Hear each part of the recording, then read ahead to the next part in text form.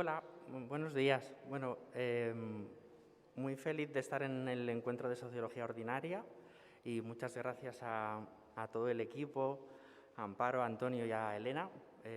porque, como han dicho mis compañeros antes, me parece todo un reto que hayáis llegado hasta la 9ª edición y, bueno, creo que es un referente para todos el trabajo que habéis hecho todos estos años. Entonces, muy feliz de participar y de contribuir de alguna manera al encuentro. Cuando me propusisteis hacer la participación en el encuentro, bueno, pensé en convocar, entrar una serie de materiales que estaban atravesando mis prácticas artísticas, tanto colectivas como individuales, y al final decidí como centrarme en materiales que tienen que ver con un trabajo que vengo haciendo ya bastantes años en torno al asunto de los gestos, de las políticas de los afectos y qué forma tienen las emociones. Os voy a ir mostrando algunos materiales con la intención, sobre todo, de poner juntas ideas o preguntas en relación a las preguntas que me he ido haciendo todo este tiempo. ¿Me oís bien? Ok, vale. Entonces, una cuestión que me interesaba mucho era la cuestión de cómo se podía cuerizar de alguna manera las formas de autoridad o de autoritarismo, y entonces empecé a hacer una serie de, desde hace bastantes años, dibujos que contraponen o diluyen los gestos autoritarios o los gestos de dominación, como pueden ser estas piezas, en las que sobre todo se señala la cuestión de la importancia de los gestos o de la coreografía de los gestos, pensando de alguna manera que en lo intangible de las formas de las emociones y de los afectos hay un montón de pistas para poder figurar o imaginar cuestiones que para mí son muy importantes o que pueden ser interesantes o que podrían ser relevantes desde el trabajo artístico, desde las prácticas artísticas o las prácticas culturales, visibilizar. Y luego también hay una línea de trabajo que abrí, en la que he seguido trabajando. De hecho, hemos trabajado juntos en ese proceso con Elena, con Carlos López Carrasco, sobre las formas del odio, que es esta pieza que de alguna manera también habla de cómo hay unos gestos muy cercanos o muy próximos casi a las estéticas de la violencia. Entonces, cómo de repente hay un filo muy complejo entre la erotización o la figuración de nuevas formas de erotismo, pero al mismo tiempo como eso concluye o de alguna manera atraviesa también las formas de violencia. Entonces, cómo de repente un gesto violento puede devenir o puede ablandarse o convertirse en un gesto erotizante, a partir de unas piezas o de algunos acontecimientos que surgieron en manifestaciones contra la ley de matrimonio homosexual en el año 2012-2013 en el contexto de Francia, en París en concreto, de cómo estos activistas antimatrimonio gay boicotean la final del Roland Garros y se producen una serie de acontecimientos violentos entre los guardaespaldas de la pista, etcétera. Entonces yo establezco una serie de gestos de erotización de esos conflictos.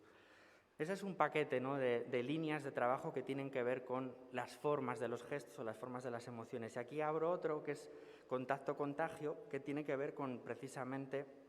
una serie de trabajos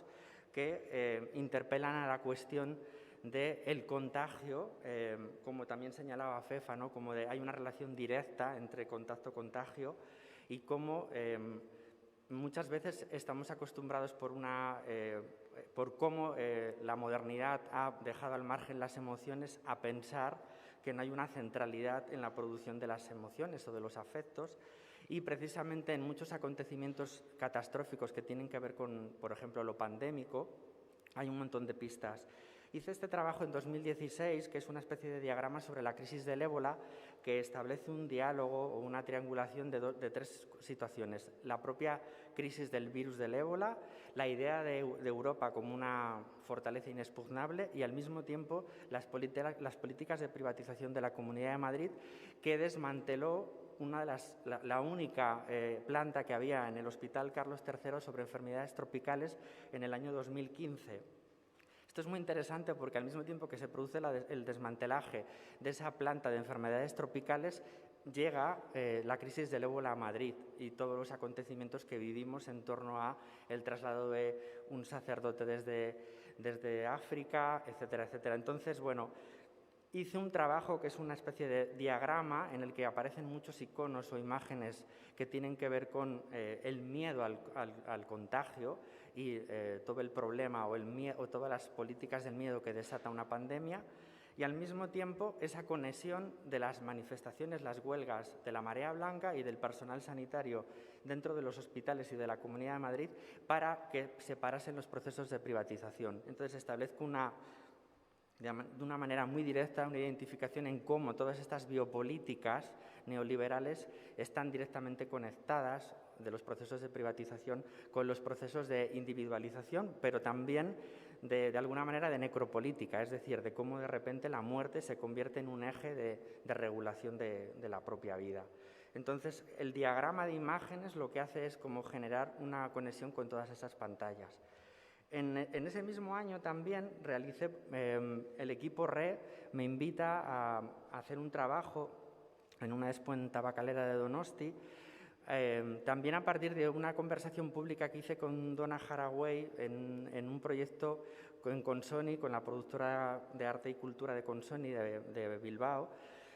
sobre los conflictos que la propia Haraway plantea cuando se establece una relación binaria o de separación entre cultura y naturaleza, y cómo hay un problema muy grande en entender o en distinguir ese binomio, cuando ella nos dice, bueno, de la necesidad de jugar con la unión de las dos palabras, cultura-naturaleza, estableciendo una crítica pues, a todos los binarismos que tienen que ver con separar lo humano de lo animal, que tienen que ver con separar lo artificial de lo natural, o que tienen que ver con separar lo cultural de lo tecnológico, o todas las separaciones que podemos establecer que pueden ser sumamente problemáticas. Entonces, generé un trabajo que es una especie de lugar, de contacto, en el que aparecen muchos elementos que son pantallas, que son al mismo tiempo pancartas de manifestación, que son al mismo tiempo cortinas de hospital, que son al mismo tiempo una especie de bichos o de tentáculos en los que se mezclan muchos elementos, como por ejemplo el sarcoma de Kaposi, porque de hecho todo el motivo de la exposición que el equipo RE hace para Tabacalera es la crisis del SIDA. La exposición se llama Archivos SIDA, y yo lo que hago de alguna manera es diagramar o establecer una pieza en la que a través del contacto se mezclan todas las posibilidades que confluyen en la crisis del SIDA como un elemento paradigmático de esta idea de dividir cultura de naturaleza. Cómo se malversó con el SIDA, o se ha malversado o se sigue haciendo, lo podemos pensar también en relación al COVID ahora, la cuestión de lo natural o de la enfermedad, y la cuestión de culturizar o hacer un ejercicio de culturizar artificialmente muchos de los procesos de la enfermedad del SIDA. Entonces, la instalación, por tanto, propone una especie de piezas que son al mismo tiempo como una especie de animales, de bichos que se pueden tocar, que están llenos de agujeros, como las formas del sarcoma de Kaposi, que era uno de los elementos claros de los primeros enfermos del SIDA, pero que al mismo tiempo esas manchas son agujeros que podrían hacer referencia a elementos genitales del cuerpo, como el ano, como la vagina, y al mismo tiempo son como rabos de animales. Entonces son como una especie de elementos como muy amables, pero al mismo tiempo también un poco asquerosos. Entonces es como, de alguna manera, la necesidad de generar imágenes o de figurar imágenes o de construir elementos que nos provean de esta convivencia, ¿no? Yo creo que el arte hasta finales del siglo XX se quedó muy en el paradigma, muy necesario de desmontar los problemas de la visión o de las trampas de la visión, y creo que en los últimos años muchas prácticas o muchas experiencias han intentado activar esta cuestión de la importancia de activar o desmontar la cuestión oculocéntrica del entendimiento del medio, de las cosas o de nuestra propia existencia. Entonces, la instalación, de hecho, se puede ver desde muchos puntos de vista. Hay piezas que están llenas de agujeros, que hacen alusiones también a zonas de prácticas sexuales disidentes, cuartos oscuros. Entonces, de repente, unos agujeros permiten ver unos elementos de la instalación desde otro punto de vista, en algunos de los elementos que son telas colgantes, y todo el tiempo hay pantallas táctiles que tienen que ver con asimilar que de alguna manera esta no ruptura entre lo analógico y lo digital. Y luego, siempre una apelación, este es uno de los dibujos de la cortina, de una de las cortinas de la instalación, esta idea de ojos que acarician. Antes se planteaba el problema también planteaba Fefa el problema de la tocabilidad o de quién puede tocar. Bueno, esta es una pregunta crucial. No podemos tocarlo todo por los problemas, o sea, esta idea del noli me tangere, ¿no? Y de todo lo que puede haber detrás de esa idea, no podemos tocarlo todo, pero sí que podemos, lo decían también las chicas antes de Onkawa, generar otras estrategias de mirar sin tocar, es decir, que podemos cuidar o podemos tener un ejercicio de atención sobre los otros sin necesidad de tocarlos, o sea, que no es que todos nos tengamos que abrazar todo el rato, eso es imposible, pero sí que podemos generar como unas determinadas formas de estar o generar o proveernos de situaciones, como hablaba antes Bea de Bulegua, de compartir el tiempo, de compartir la vida.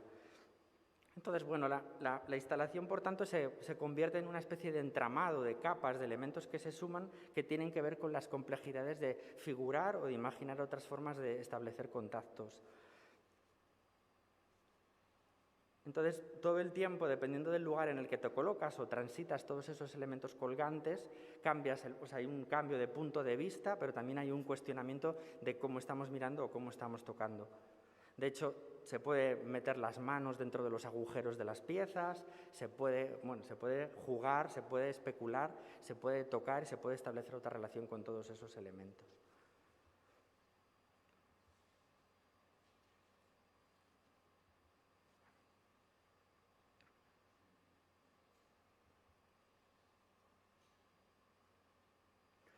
También hay un ejercicio de pensar esta cuestión del entre, qué hay entre las cosas, qué pasa cuando hacemos un Frankenstein de elementos que se mezclan, se juntan,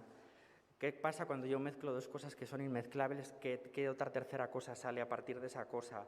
Esa idea también, más que de la metáfora, que también de la metonimia, de cómo una parte desborda a otra y esa parte a su vez desborda a otra y esa parte desborda a otra. ¿Qué potencia hay estética, política, cultural en todo eso?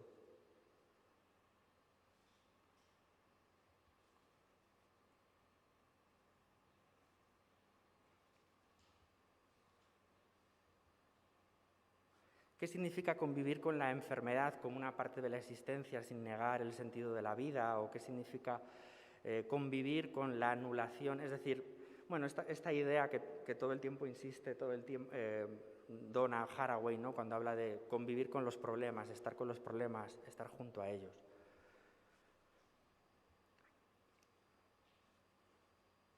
El diagrama también planteaba este dibujo, ¿no? De jugando con las palabras, de qué significaba naturaleza, qué significaba cultura y las relaciones entre nacer, cultivar, amar y de alguna manera criar, ¿no? O cuidar, ¿no? O sea, cómo de repente hay unas relaciones que surgen de todas esas palabras etimológicamente y que yo creo que dan pistas de cómo romper el binomio entre cultura y naturaleza. Después he traído, para concluir, un trabajo que está inconcluso y que, de hecho, una de las piezas que sale de ese trabajo es la que ha nombrado Fefa para su exposición y que decidió incluir en su exposición, que es una pieza de vídeo que parte de un relato de ciencia ficción de John Barley, de una comunidad, es un relato hecho a finales de los 70, y el relato es una especie de utopía, pero complejizando mucho el concepto de utopía de una comunidad de personas sordociegas que inventan un lenguaje que es comunicarse exclusivamente a través del toque, de tocar, es decir, clausurando todo lo que tenga que ver con el lenguaje. Entonces, a partir de esa historia,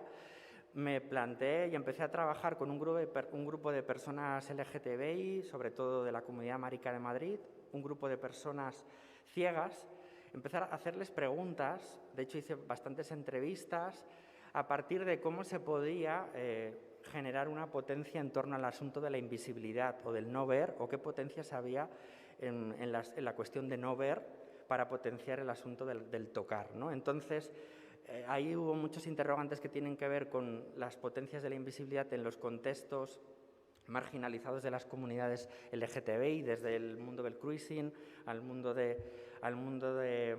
las zonas de los cuartos oscuros, y luego, por otro lado, los ciegos. Entonces, empecé a pensar esta idea de Keller, que es como se llama el pueblo de la comunidad de sordociegos que John Barley describe en su novela, cómo podrían hacer unas variaciones en Madrid. Y fue muy interesante porque en todas esas conversaciones aparecieron situaciones como que, por ejemplo, en los años 70 había una discoteca muy famosa